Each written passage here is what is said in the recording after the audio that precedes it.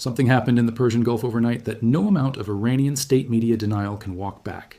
No amount of official silence can conceal, and no previous moment in this conflict fully prepared the world to process. A guided missile destroyer turned into the wind, opened its vertical launch cells, and began firing. Not one Tomahawk, not a handful.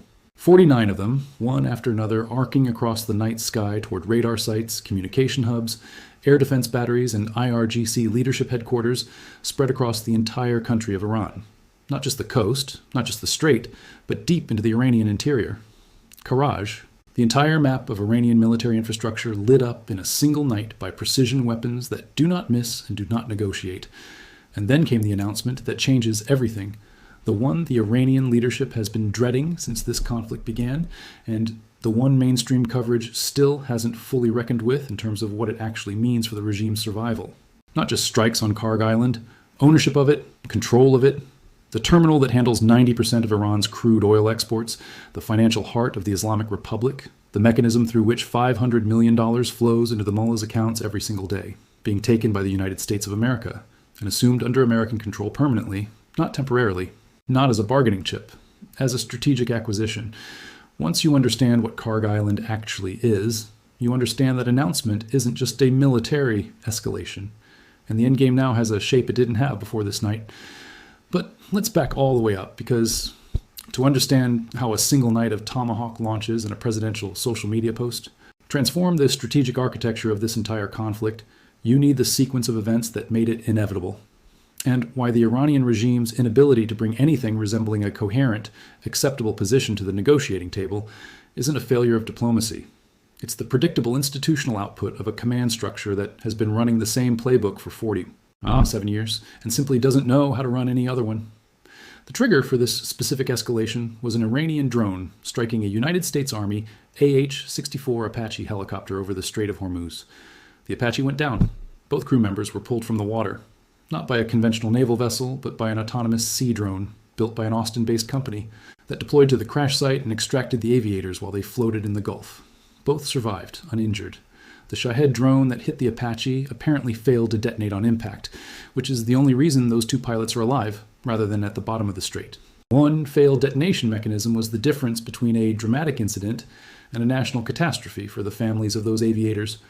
Washington called it exactly what it was: a brutal attack on American forces. Tehran called it a false pretext, the way Tehran calls every Iranian military action that produces an American response. But the clock started regardless of what Tehran called it. And what that clock started was a 2-night and counting precision strike campaign that has now walked American precision weapons across the entire Iranian map in a way no previous phase of this conflict had managed. Night 1 was the opening statement. Air Force and Navy fighters delivered precision munitions into Iranian air defense batteries, ground control stations, and surveillance radar sites ringing the strait and extending across the country. Explosions were heard across enormous geographic areas of Iran as the strike packages executed their sequences. CENTCOM's description of the operation was careful and precise, a proportional response to recent attacks on U.S. forces and international commercial ships transiting regional waters. Methodical. Night 1 was the calibrated opening of a campaign that was always designed to escalate. Iran's response to Night 1 followed the same institutional script the IRGC has run without variation throughout this conflict. Claims of striking 18 American targets across Ali al-Salam and Ahmed al-Jaber in Kuwait and Sheikh Isa Air Base in Bahrain. Drones sent into the 5th Fleet's anchorage in Bahrain. A long-range missile fired at Azraq Air Base in Jordan, one of the most strategically important American bases in the region because it houses F-35s. The IRGC claimed it struck an F-35, either the aircraft itself or its hangar. Reports were spotty and unconfirmed, coming from Iranian sources with an obvious institutional incentive to claim success regardless of operational reality. But the launches were real. The missiles were real. The institutional determination to respond with everything available was real. Here's the most important analytical data point in the entire picture of Iran's response, the one that tells you more about where this conflict is headed than any individual strike or any individual Iranian claim. The IRGC's ballistic missile stockpiles are down roughly 90% from pre-conflict levels. 90%. The institution that built its entire deterrent posture, its entire regional influence architecture, its entire negotiating leverage around possessing thousands of ballistic missiles capable of reaching targets across the Middle East, is now operating with a fraction of that inventory, launching salvos of 10 or so at a time, waiting multiple days between launches, rationing the last vestiges of a strategic weapons program the American campaign has been systematically eliminating across every phase of this conflict. What you're watching when the IRGC launches 10 missiles at Bahrain and then waits 3 days before launching again is not tactical patience, it's inventory management at the edge of depletion. An institution that once launched hundreds of missiles in a single coordinated salvo, the kind of overwhelming mass launch that saturates even sophisticated air defense networks, ACE is now carefully counting what it has left and deciding which targets are worth spending the remaining inventory on. That's not the behavior of a military force running a confident strategic campaign.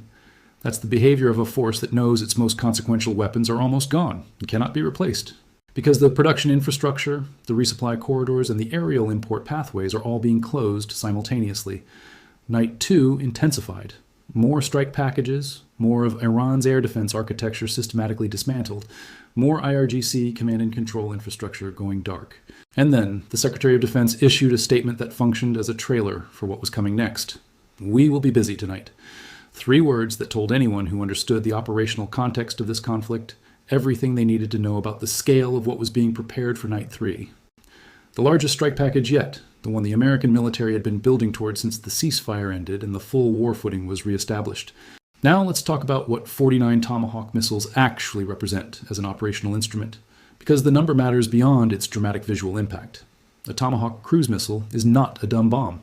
It's a precision-guided, terrain-following, GPS-updated weapon system capable of navigating hundreds of miles at low altitude to deliver its warhead within meters of a designated coordinate. It can be reprogrammed mid-flight. It can navigate around obstacles. It can be targeted against a specific element of a complex structure, a communications tower on a specific building, a radar emitter on a specific installation, a fuel storage tank a specific distance from civilian infrastructure, with the kind of accuracy that separates precision warfare from the blunt force bombardment of earlier eras of conflict. 49 of them, fired from a single destroyer in a single night, means 49 simultaneously arriving precision effects distributed across the full geographic depth of Iranian territory, each one addressing a specific piece of IRGC military infrastructure. Each one selected because targeting intelligence identified it as part of a specific capability the IRGC was using to threaten American forces, partner nations, or commercial shipping in the Strait. And the Tomahawks weren't alone. The F-16C J Wild Weasel was in the air, the platform whose entire operational purpose is suppressing Iranian air defense systems by hunting their radar emitters with AGM-88 HARM missiles that home directly on the radar emission itself. The moment an Iranian radar operator activates his system to search for the incoming threat, he paints a targeting solution onto his own forehead. The HARM follows the emission straight to its source. That suppression layer ran simultaneously with the Tomahawk salvos, ensuring that whatever Iranian air defense capability might otherwise have engaged the incoming cruise missiles found itself under direct attack the moment it tried. Behind the Wild Weasels came the freight trains, F-15E Strike Eagles, the platform capable of carrying the heaviest precision ordnance in the American tactical aviation inventory, including bunker-busting bombs specifically designed to reach targets buried underground, GBU-54s, 2,000-pound joint direct attack munitions. The works. The F-15E is the door kicker of the American air campaign, the platform that arrives once the suppression layer has cleared the air defense environment, delivering the ordnance that finishes off the hardened targets that survived the opening sequence. Above all of it, F-35s tracked Iran's response in real time, watching how the IRGC was reacting to the strikes and feeding that intelligence picture into the targeting cells for the next sequence. F-A-18 Super Hornets launched off carrier decks in the Arabian Sea. The full multi-platform, multi-domain, layered precision strike architecture of the United States military, executing simultaneously at a scale no regional adversary has faced in the modern era of precision warfare. Every platform doing this specific job it was built for, in the specific sequence that maximizes overall effectiveness, coordinated across hundreds of miles of airspace with an E-3 sentry overhead, keeping every element of the package synchronized. Now let's address the single most consequential sentence uttered in this entire conflict, the announcement that Karg Island would be taken, assumed under total American control, along with other oil infrastructure managing Iran's oil and gas markets, much like the United States has done with Venezuela. That sentence is not a military escalation in the conventional sense. It's a declaration of a new strategic objective that transforms the entire purpose of the American campaign and the entire economic architecture of how this conflict could ever be resolved. Every previous strike in this campaign, however devastating, however comprehensive in dismantling Iranian military infrastructure, has been framed in the language of maritime security enforcement, degrading Iran's ability to threaten commercial shipping in the Strait, protecting civilian mariners, keeping an international waterway open for global commerce. Those are the stated justifications, and they're also accurate descriptions of what the campaign has actually been doing. But taking Karg Island and assuming control of Iranian oil and gas markets is a different category of objective entirely. It isn't degradation, it's acquisition.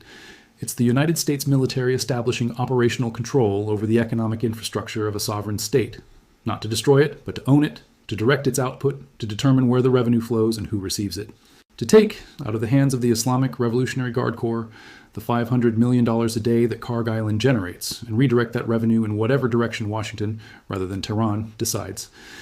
The comparison to Venezuela is analytically useful. The United States has built mechanisms of oversight, sanctions enforcement, and revenue control over Venezuelan oil, production that have fundamentally altered the economic relationship between that state and its own primary revenue source. This announcement is saying the same framework will now apply to Iran, that the terminal handling 90% of Iranian crude exports will no longer be an asset of the Islamic Republic generating revenue for the IRGC, but an asset under American operational control, generating revenue in whatever direction the American administration determines. For the IRGC's leadership, that isn't a military threat. It's an existential threat to the institutional infrastructure of the regime itself. Without Karg Island's revenue, the IRGC cannot pay its personnel, cannot fund its proxy network stretching from Lebanon to Yemen to Iraq to Syria. It cannot sustain its weapons programs, cannot maintain the patronage structure that has secured political loyalty inside the Islamic Republic for 4 decades, cannot do any of the things that make it the dominant power in the Iranian political system. Losing Karg Island's revenue isn't a blow to the IRGC's military capability. It's a blow to the IRGC's capacity to exist as a functioning institution at all. And here's what makes that announcement so strategically devastating beyond its immediate military dimension. The IRGC has operated throughout this conflict on the assumption that the American campaign would eventually stop, that diplomatic, economic, or political constraints would force a pause, a negotiation, a ceasefire that would let the institution reconstitute, rearm, and resume its campaign from a position it had partially rebuilt during the pause. The earlier ceasefire proved that assumption wasn't irrational. It happened. The IRGC used it exactly as planned, digging out its missiles, repositioning inventory, rebuilding what the first phase of American strikes had destroyed, and preparing to resume hostilities from an improved position. But you cannot reconstitute your way back from losing Karg Island once Karg Island is under American operational control. You cannot rebuild a revenue stream that no longer flows to you. You cannot wait out a campaign that has taken your money and is holding it permanently. The ceasefire and reconstitute strategy depends on the regime's underlying economic infrastructure staying intact enough to fund the reconstitution.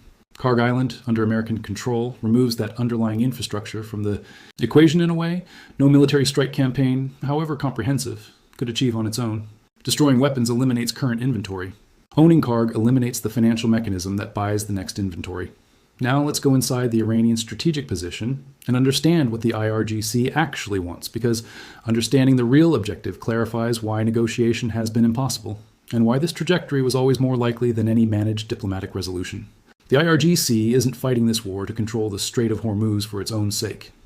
The strait is leverage, the mechanism through which the institution generates bargaining power against the United States that has enough economic and political stake in Gulf energy security to be compelled to negotiate under certain conditions.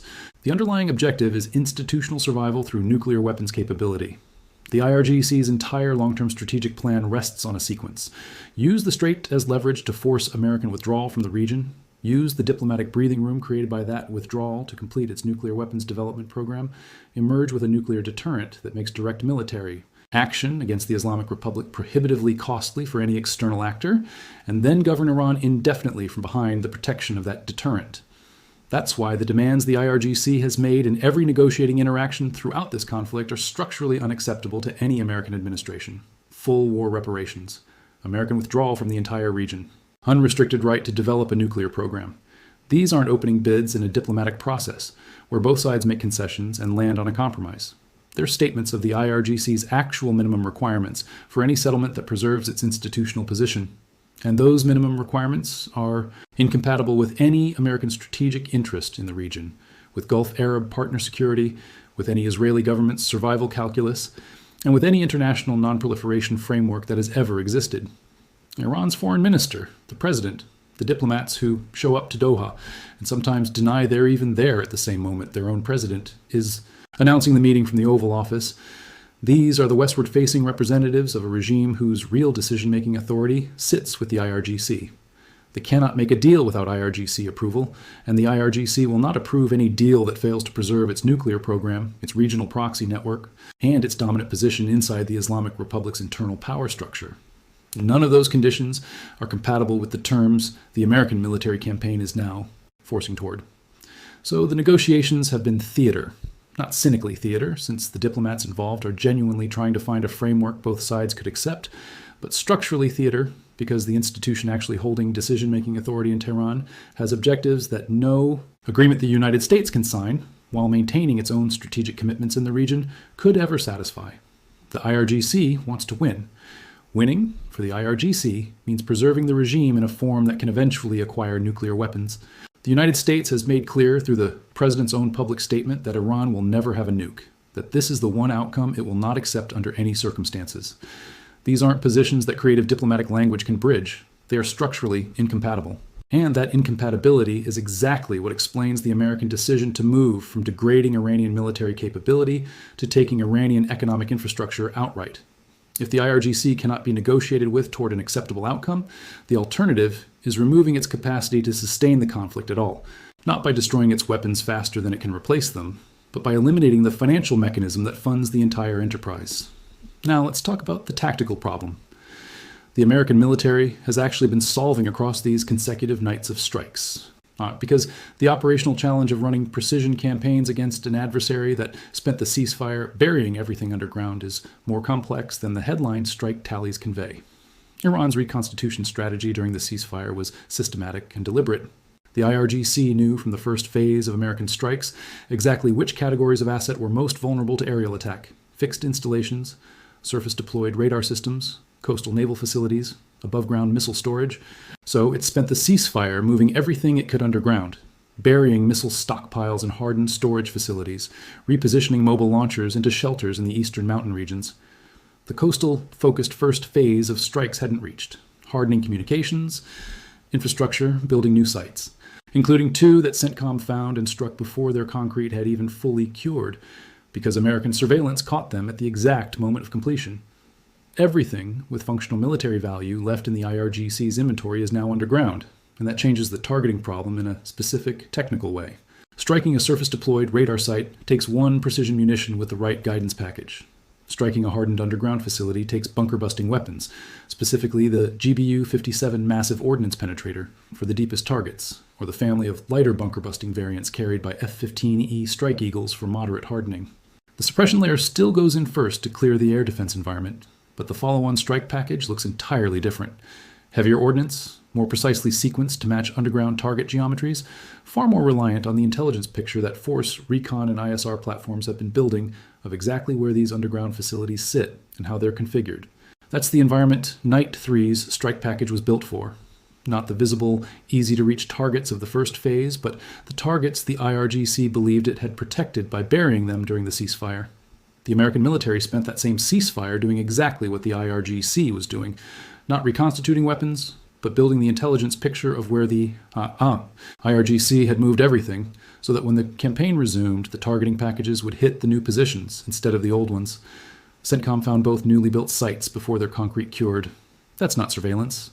That's a persistent, comprehensive, real-time intelligence collection capability that watches Iranian military infrastructure being built at the moment of construction and adds it to the targeting list before it's even operationally functional. The IRGC cannot build anything the American intelligence apparatus doesn't find. It cannot hide things by burying them when the sensors tracking it can see what's happening underground through seismic monitoring, Hermal signature analysis, electromagnetic emissions tracking, and human intelligence from ground-based operations that have been running throughout this conflict. Now let's talk about the oil tanker dimension running alongside the military campaign, which provides an additional mechanism for the economic pressure track the American campaign is executing. 1 tanker took 2 Hellfire missiles to the engine room after its crew ignored repeated warnings from American naval forces enforcing the blockade. This isn't the American military striking commercial shipping at random. It's the enforcement mechanism of a naval blockade, operating exactly as naval blockades have always operated. Warnings issued, compliance demanded, and if compliance is refused, the vessel's ability to move eliminated with precision munitions targeted specifically at the engine room to disable rather than sink. 2 Hellfires to the engine room. The ship stops. The blockade holds. The message to every other vessel considering a run at Iranian ports lands in the most unambiguous way possible. The combination of naval blockade enforcement, the seizure of Karg Island, and the systematic elimination of every other Iranian revenue mechanism creates a financial encirclement that's comprehensive in a way military strikes alone can never achieve. Strikes destroy capability. Financial encirclement destroys the institution's reason for continuing to fight. Because once the revenue funding the fight is gone, the institutional calculation of whether continued resistance is worth the cost becomes nearly impossible to answer in favor of continuing. Let's analyze the convergence of these three tracks with the depth this moment demands, because none of them produces its full effect in isolation. It's their simultaneous convergence that creates the strategic condition the Iranian regime now faces. The military track is at maximum operational intensity. 49 Tomahawks in a single night, the full layered strike architecture of Wild Weasels, Strike Eagles, F-35s, and carrier-based Super Hornets executing simultaneously. Night 3 being the largest package yet.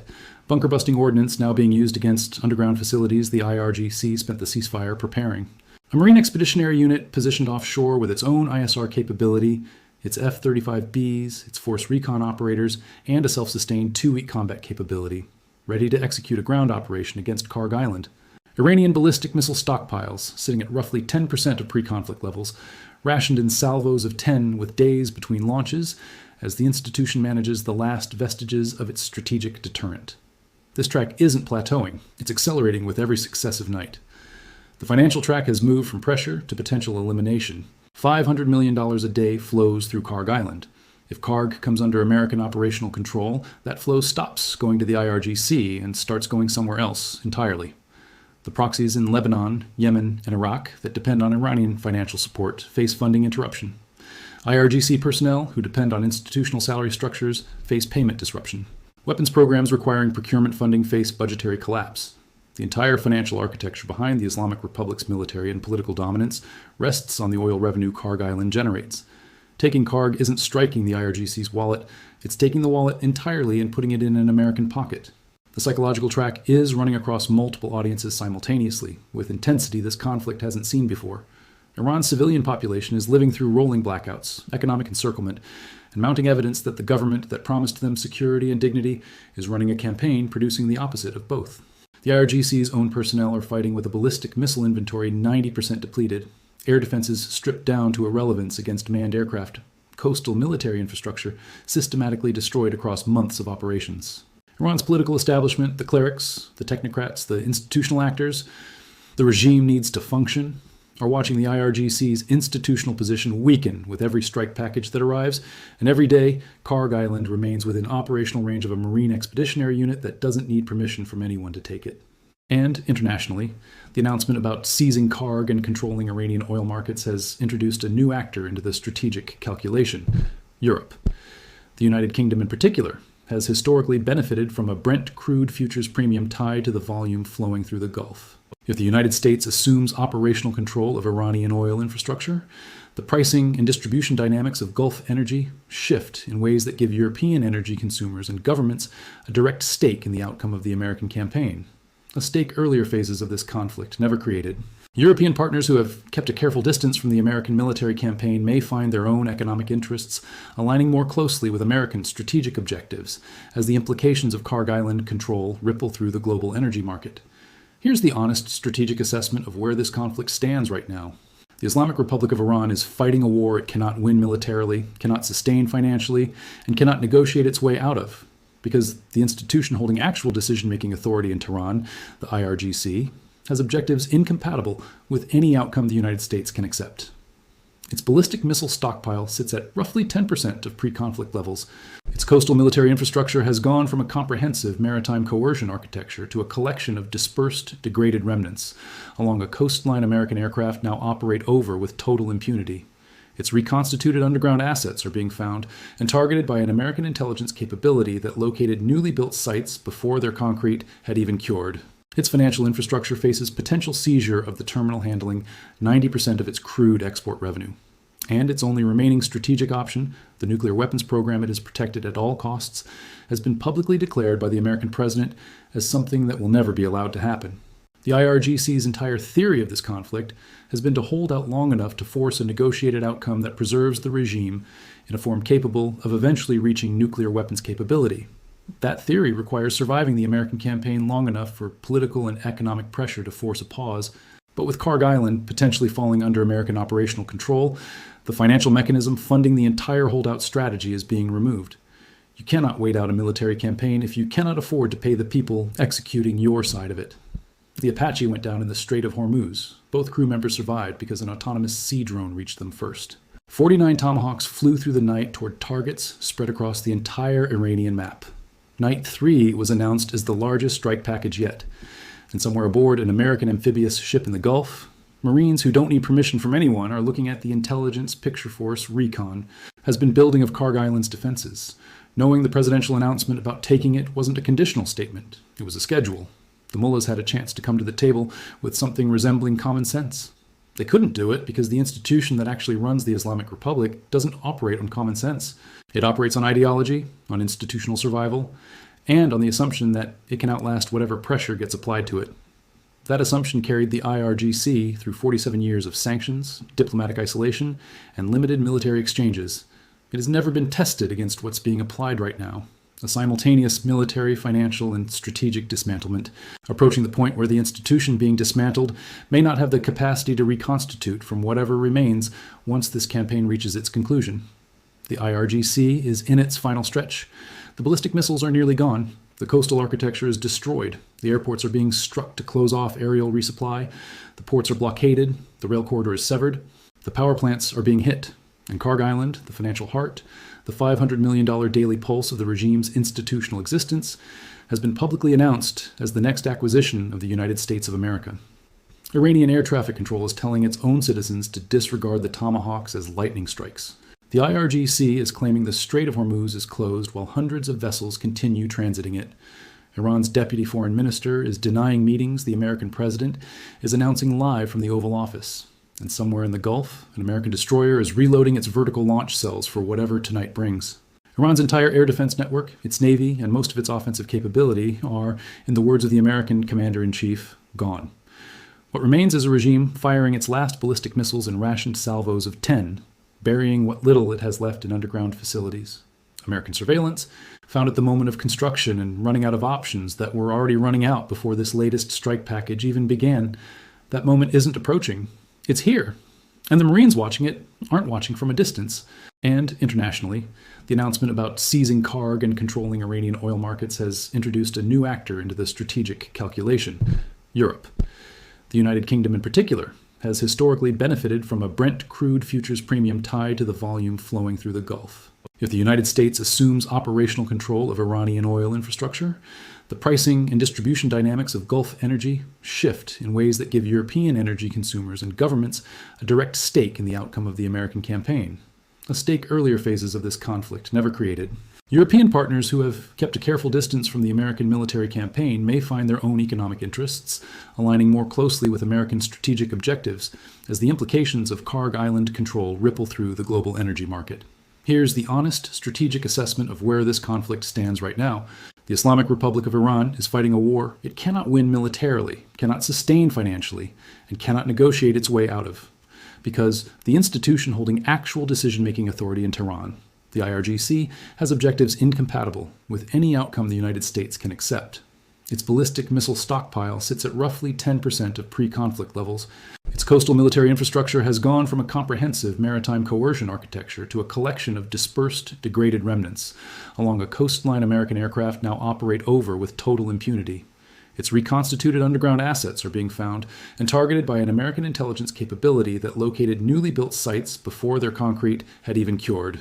Its financial infrastructure faces potential seizure of the terminal handling 90% of its crude export revenue.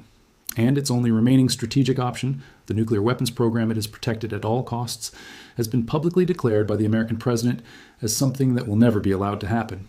The IRGC's entire theory of this conflict has been to hold out long enough to force a negotiated outcome that preserves the regime in a form capable of eventually reaching nuclear weapons capability. That theory requires surviving the American campaign long enough for political and economic pressure to force a pause. But with Karg Island potentially falling under American operational control, The financial mechanism funding the entire holdout strategy is being removed. You cannot wait out a military campaign if you cannot afford to pay the people executing your side of it. The Apache went down in the Strait of Hormuz. Both crew members survived because an autonomous sea drone reached them first. 49 Tomahawks flew through the night toward targets, spread across the entire Iranian map. Night 3 was announced as the largest strike package yet, and somewhere aboard an American amphibious ship in the Gulf, Marines who don't need permission from anyone are looking at. The Intelligence Picture Force recon has been building of Karg Island's defenses. Knowing the presidential announcement about taking it wasn't a conditional statement. It was a schedule. The mullahs had a chance to come to the table with something resembling common sense. They couldn't do it because the institution that actually runs the Islamic Republic doesn't operate on common sense. It operates on ideology, on institutional survival, and on the assumption that it can outlast whatever pressure gets applied to it. That assumption carried the IRGC through 47 years of sanctions, diplomatic isolation, and limited military exchanges. It has never been tested against what's being applied right now: a simultaneous military, financial, and strategic dismantlement, approaching the point where the institution being dismantled may not have the capacity to reconstitute from whatever remains once this campaign reaches its conclusion. The IRGC is in its final stretch. The ballistic missiles are nearly gone. The coastal architecture is destroyed. The airports are being struck to close off aerial resupply. The ports are blockaded. The rail corridor is severed. The power plants are being hit. And Karg Island, the financial heart, the $500 million daily pulse of the regime's institutional existence, has been publicly announced as the next acquisition of the United States of America. Iranian air traffic control is telling its own citizens to disregard the Tomahawks as lightning strikes. The IRGC is claiming the Strait of Hormuz is closed while hundreds of vessels continue transiting it. Iran's deputy foreign minister is denying meetings the American president is announcing live from the Oval Office. And somewhere in the Gulf, an American destroyer is reloading its vertical launch cells for whatever tonight brings. Iran's entire air defense network, its navy, and most of its offensive capability are, in the words of the American commander-in-chief, gone. What remains is a regime firing its last ballistic missiles in rationed salvos of 10, burying what little it has left in underground facilities. American surveillance found at the moment of construction, and running out of options that were already running out before this latest strike package even began. That moment isn't approaching. It's here. And the Marines watching it aren't watching from a distance.